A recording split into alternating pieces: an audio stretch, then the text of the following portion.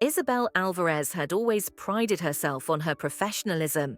A respected university literature professor, she commanded a room with her sharp intellect and calm demeanor.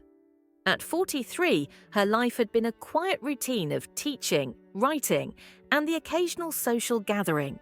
She had never married, preferring the company of her books to the entanglements of a romantic relationship. Her students respected her, though there was always an underlying distance between them, an unspoken boundary that she had carefully maintained over the years. She had no desire to complicate her life with emotions that might detract from the passion she felt for her work. All that began to change when Diego Martinez, a 22-year-old student, entered her classroom. He was bright, eager, and surprisingly perceptive for his age. A transfer student from a university in Spain, Diego had quickly become one of her top students. But it wasn't just his academic prowess that caught her attention. It was the way he engaged with her during lectures, the way his dark eyes lingered on her whenever she spoke. At first, Isabel dismissed it as the admiration of a student for a teacher, a fleeting interest that would pass in time. But as the weeks went by, she noticed that Diego began to seek her out after class for longer discussions, often staying behind to talk about her coursework. It was then that Isabel realized something that made her uneasy. She was beginning to look forward to these moments. There was something about Diego's presence that made her feel alive, in a way she hadn't felt for years. It was late in the afternoon when their first real conversation took place. Isabel had just finished her lecture on Neruda, discussing the poet's exploration of love and human connection. The students filed out of the room, but Diego stayed behind, his books clutched tightly in his hands. She made her way to the front of the classroom, gathering up her papers, when Diego's voice stopped her. "Professor Alvarez," he began, his tone tentative but sincere. "I was wondering if we could discuss the last poem we read. I feel I'm missing something in my interpretation, and I'd really appreciate your insight." Isabel turned to him with a smile. "Of course, Diego. I always enjoy a thoughtful discussion about poetry." She motioned for him to follow her to the faculty lounge, a quiet place where they could talk without interruption. As they sat down, Diego's seriousness was evident, his questions thoughtful, probing at the heart of the poem, trying to unlock the emotions behind the words. It was rare for Isabel to find a student so deeply engaged, and it sparked something in her, a connection that went beyond the classroom. "What I admire about Neruda," Diego said, looking at her intently, "is how he makes love feel personal and universal at the same time. It's as if he's not just talking about romance, but about the essence of what it means to really connect with someone." Isabel nodded, impressed by his insight. "Yes, exactly. He writes about the vulnerability of love, the way it exposes us and yet makes us whole. That's what makes his work so powerful. He takes something so intimate and turns it into something everyone can relate to." For a moment they sat in silence, both caught up in the weight of the words they had shared. Isabel couldn't help but notice the way Diego looked at her, his gaze lingering a little too long, as if he saw more than just the professor in front of him. She quickly broke the silence. "You've been doing exceptionally well in class, Diego. Keep it up." His expression softened. "Thank you, Professor. I really enjoy your lessons." Isabel gave him a brief smile, her heart racing slightly at the sincerity in his voice. "My pleasure. I'm glad you're getting so much out of the material." As they stood to leave, Diego's hand brushed hers for a split second. It was a fleeting touch, but it felt charged, like an electric current running between them. Isabel quickly pulled her hand away, her mind racing. It was nothing, she told herself, but deep down she knew it wasn't. Over the next few weeks, their interactions became more frequent. Diego often stayed after class, asking questions or seeking her guidance on assignments. Their conversations began to shift from academic discussions to more personal ones. About literature, yes, but also about life. Diego shared his thoughts on his future, the pressures of his studies, and even his past relationships. Isabel found herself drawn to his openness, his vulnerability, and the way he spoke with such passion about his dreams. One evening, after an intense conversation about one of their shared literary interests, Diego surprised her with a compliment. "You know, Professor Alvarez," he said softly, his eyes locked with hers. "There's something about the way you speak that makes even the most complex ideas seem simple. It's as if you have this ability to make everything feel real." Isabel felt a warmth spread through her chest, a warmth that had nothing to do with the temperature of the room. She swallowed hard, unsure how to react. Her usual calm composure was slipping away, and she couldn't help but wonder if Diego was feeling something more than just admiration for his teacher. Before she could say anything, Diego took a step closer, his presence suddenly overwhelming in the small space between them.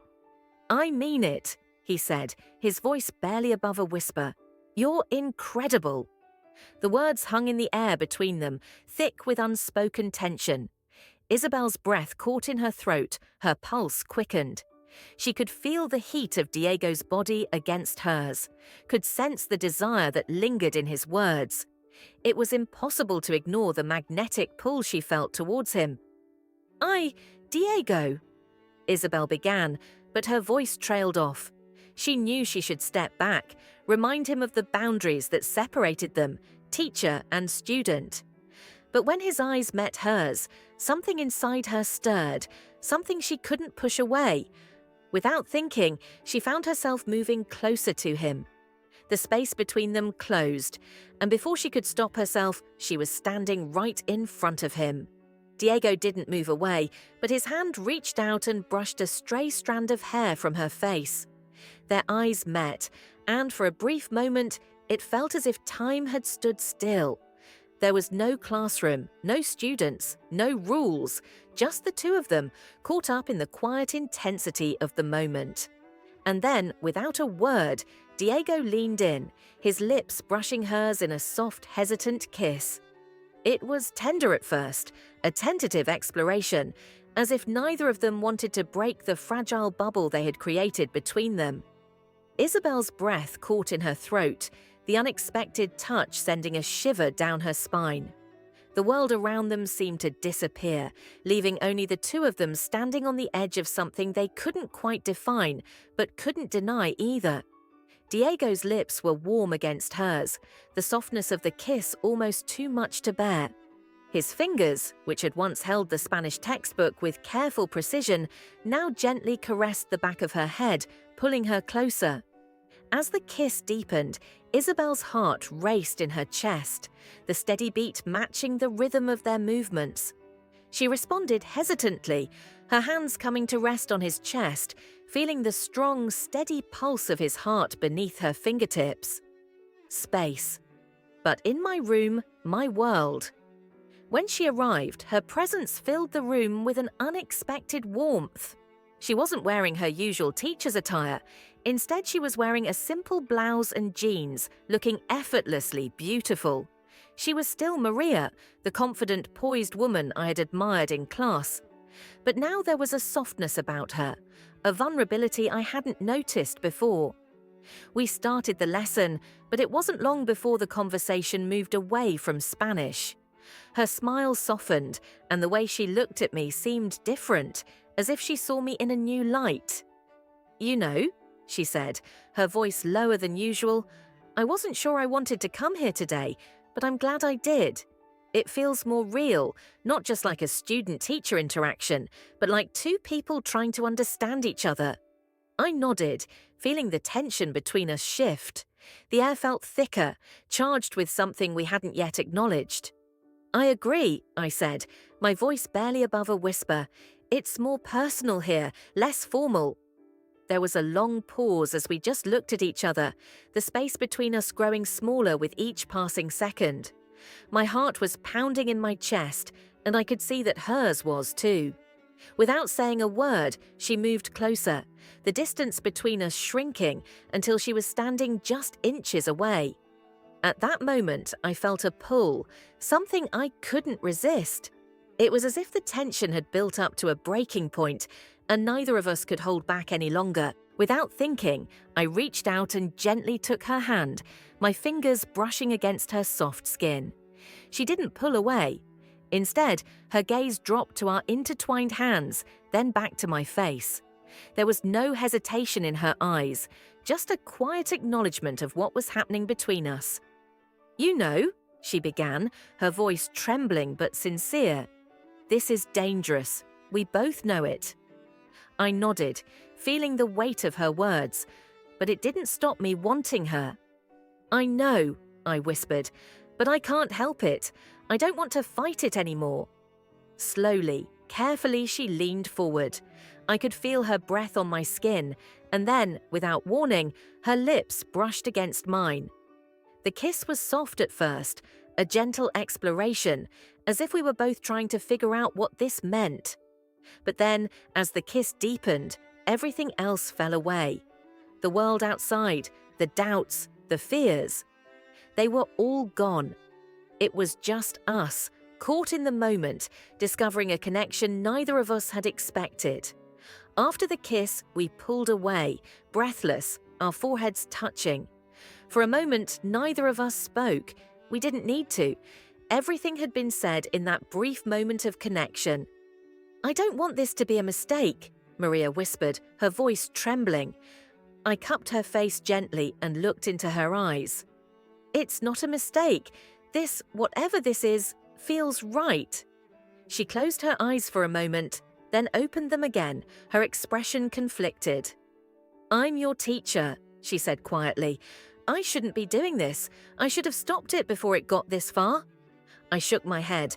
"But we haven't, and I don't want to stop now."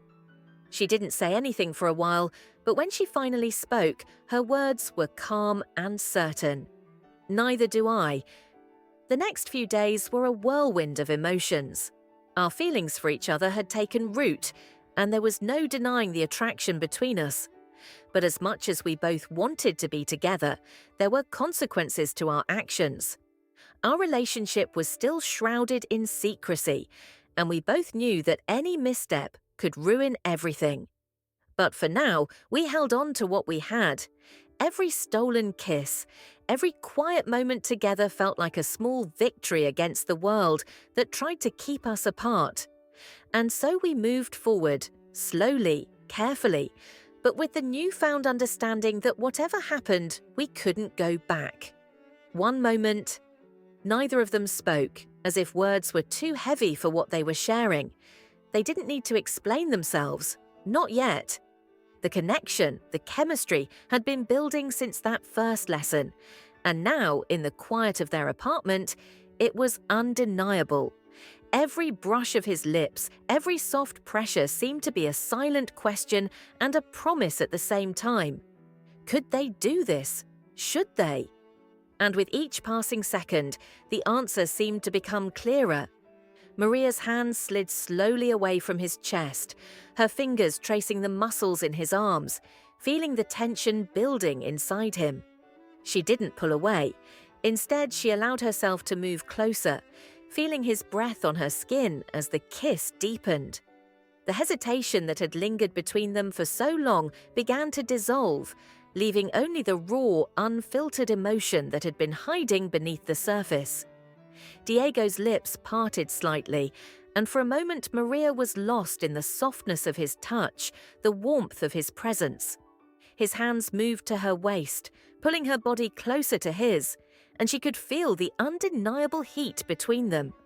Her heart pounded in her chest as her breathing became more erratic to match the intensity of the kiss. It wasn't just the physical attraction, it was the connection they shared, the intimacy they had created. In the silence of the room, as they kissed, time seemed to slow down. The low hum of the world outside faded into the background, and all that existed was this moment, this shared vulnerability. Maria's mind raced, filled with a whirlwind of thoughts and emotions. She had always known there was something between them, but now, in the quiet heat of their kiss, it felt more real than ever. It was as if they had crossed an invisible line, one that could not be crossed again. Diego pulled back just enough to look into her eyes, his breath shallow, his chest rising and falling with the intensity of the moment. There was a flicker of uncertainty in his eyes, but there was also something else, something deeper. Desire, hope, perhaps even love, if she dared to believe. "Maria," he whispered, his voice husky with emotion. I don't want this to be a mistake. I don't want to regret this." Maria looked at him, her fingers gently tracing the line of his jaw, feeling the light stubble beneath her fingertips. "Neither do I," she replied softly, "but I can't pretend anymore. I can't deny what I feel." And with those words, the hesitation that had lingered between them melted away completely. With a new sense of certainty, they came together again, their lips meeting with renewed passion. This time it wasn't tentative. It wasn't about testing the waters anymore. It was about embracing what they both knew was undeniable, a connection that ran deeper than either of them had anticipated. It had been a few days since the awkward but undeniably electric interaction between Maria and I.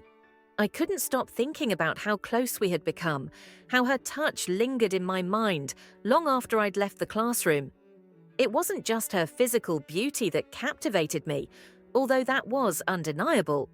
It was the way she made me feel understood, the way she saw something in me that no one else seemed to. That afternoon, as the sun dipped low in the sky, I sat in my room contemplating my next move. The intensity of our interactions weighed on me. I wasn't sure what to do, but I knew I had to see her again, and not just for the lessons. I needed to understand what was going on between us. Was it just a fleeting connection or something deeper? A knock on my door interrupted my thoughts. It was Maria, standing in the doorway with a hesitant smile. "I was thinking about our lesson tomorrow," she said, her voice calm but with an underlying nervousness. "Would it be all right if we continued at your place instead? It might be easier for you to concentrate, and I think we could cover more ground there." I froze for a moment. The thought of spending more time alone with her was tempting, but it also scared me. Would it change things? Would the lines between student and teacher become even more blurred? But then something inside me urged me on. It wasn't just about learning Spanish. There was something else, something unspoken, hanging in the air between us. I knew she felt it too. I could see it in her eyes, the slight hesitation before she spoke, the way she seemed to be searching for something in me. "Of course," I replied, trying to sound casual even though my heart was racing. "Tomorrow then?" The next day, I waited for Maria in my flat, trying to concentrate on the Spanish lesson. I had cleared the table and arranged everything neatly, but my thoughts kept drifting back to her. What would she wear? How would it feel to have her around again, not in the classroom,